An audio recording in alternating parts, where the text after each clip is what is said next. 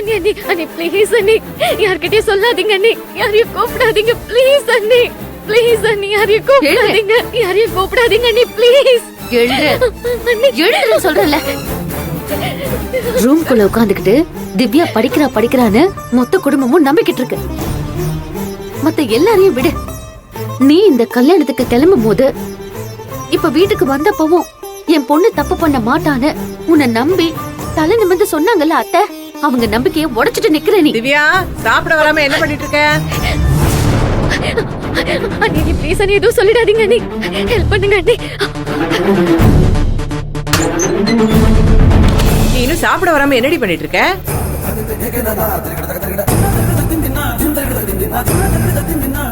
நீ இவ ரூம்ல என்ன பண்ற? நான் மாடியில காய் போட்டிருந்த ஷாலை மாத்தி எடுத்துட்டு வந்துட்டா, அதை வாங்கிட்டு போலான்னு தான் வந்தேன்.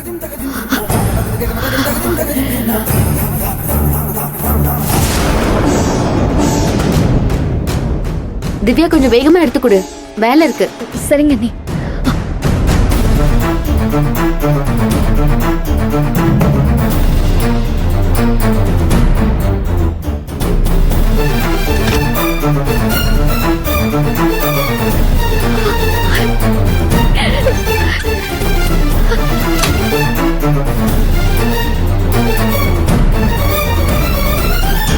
அம்மாவோட முகத்தை பார்க்க கூட முடியல உன்னால.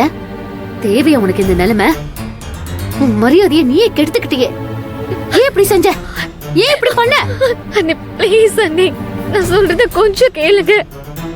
நான் ஆசைப்பட்டெல்லாம் எதுவும் செய்யல, விளையாட்ட ஏதோ பண்ண போய் அதுல இருந்து வெளியே வர முடியாம மாட்டிக்கிட்டேன் அண்ணி. விளையாட்ட பண்ணியா? படிச்சவ தானே நீ? அறிவில்ல உனக்கு? எது விளையாட்டு உனக்கு? மான மரியாதையெல்லாம் போயிருக்கும். வீட்டுல இருக்கிறவங்களுக்கு நம்பிக்கை துரோகம் பண்றோன்னு கொஞ்சம் கூட மனசு உறுத்தாம இப்படி கிளம்பி போயிருக்க நீ. அண்ணி ப்ளீஸ் அண்ணி, யார்கிட்டயும் எதுவும் சொல்லாதீங்க அண்ணி ப்ளீஸ் அண்ணி, உங்களை கெஞ்சி கேக்குறேன். பொய் சொல்லிட்டு பார்ட்டிக்கு போகும்போது இந்த பயம் எங்க போச்சு? வந்துதான் ஆகணும்னு கட்டாயப்படுத்தினாங்க. என்னால ஒண்ணுமே பண்ண முடியல, வேற வழி இல்லாம தான் போனேன். அப்போ அந்த ஆள் பிளான் பண்ணி தங்க வச்ச 3 பேர்ல நீயும் ஒருத்தி இல்ல? போலீஸோட நான் அந்த பங்களாக்கு வந்தப்போ 3 பொண்ணுங்கள்ல ஒரு பொண்ணு தப்பிச்சு போயிட்டான்னு சொன்னாங்களே, அது நீதானா? என்ன நீ சொல்றீங்க? நீங்க போலீஸோட அங்க வந்தீங்களா? ஆமா.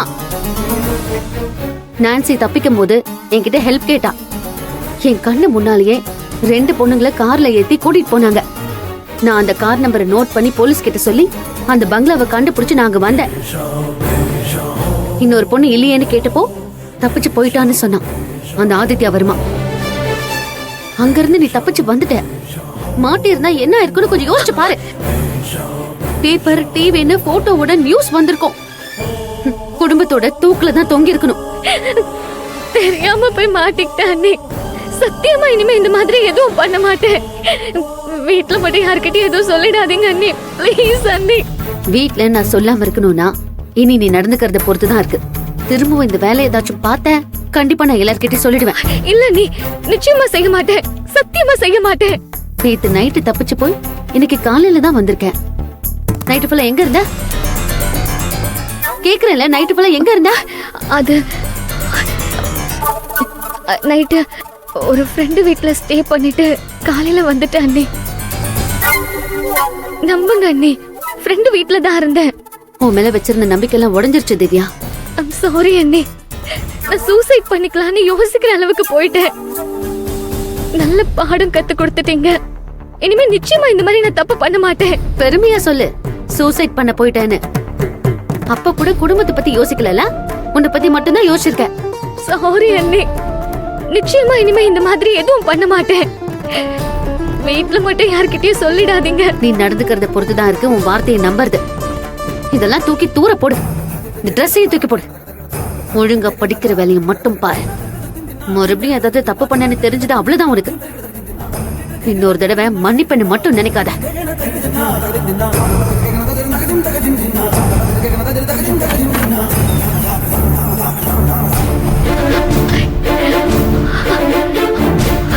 நல்ல வேலை அஸ்வினோட இருந்ததை மட்டும் அண்ணி பார்த்திருந்தா என்ன கொன்னே போட்டிருப்பாங்க.